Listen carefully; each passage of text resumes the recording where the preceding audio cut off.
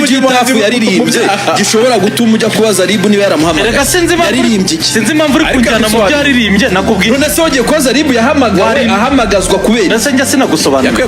Kugeza nubwo ufata indirimbo ya Gitafu ukayigereranya n'ahantu Zeo Trap atukana akanda. Hano bavuze ngo ko mwahamagaje Zeo Trap. Rindira.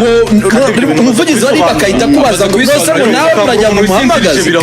Nyine ndimo ndakubaza. Abimbajije namusubije niki yaririmbye. Okay. Kituma ajya muri Ribu. Afite ibiganiro birenze kimwe bibiri bitatu abantu bamubaza ariko se koko inzego zaraguhamagaje wagasubiza hereyo buri jakabikwebe agasubiza ko batamuhamagaje akavuga ko ndabizi akavuga ati ngende umunyarwanda ndatuye nibanyamagaza nzira hanyuma subigisubiye hanyuma sikindi wabazaga balance y'iki kwizera ibyo umuntu yavuze ku ruturwe balance urwego rwakuga ko rutanamuzi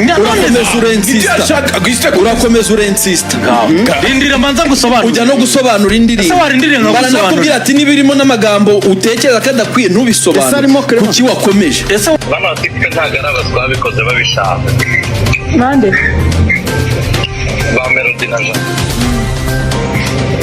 baprovotse ngo mvuge ino kese bigaragare ko adobo n'inzego z'ubutasi bihererana abantu nk'uko uwizi babikora bigaragare ko victim nta kibazo afite komsa nawe umuntu wabimbwiye ni umunyamategeko ejo wabimbwiye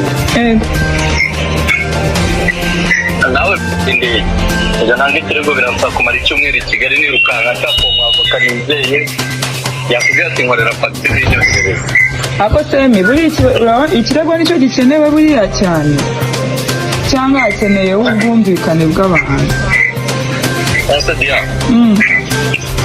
nimero turabona zigera mwumvikana pasonari we akaza akakubwira ngo twumvikane simbizi none reka tuganire ndeka ibibazo byawe Melody ari umugabo witeguye ko azaguhamagara akakubwira ngo diya duhure tuganire ntabwo mbizi nanjye ni ukuvuga ngo icyo nta gihari sibyo nawe ni muri comfortable zone ahantu rwose ntacyo bigutwaye nta kibazo nta kibazo umwana ameze neza afite aho aba none ubangamiwe ariko ejo hari ibyo ndi kubona nawe wenda n'abandi nk'abo rwose nanjye ukiremo kuri iyi ngingo ntabwo ngiye kuba kuri iyi ngingo nababaye cyane tumenyereye amategeko azi icyo bisobanuye gutanga ikirego sibyo iyi iriya ndirimbo iza kumbangamira ku rwego rw'uko njya kuyirega mfite umunyamategeko ariko ngiye mvuga ko wareze nyine ndimo ndagusobanurira abinjiji babivuze sibyo badasobanukiwe ntabwo ari kuriya barega kuriya ya press conference kimwe nuko murangira buri ibintu babarije hariya nta na kimwe yagenda ngo ahita afata umuntu mu mashini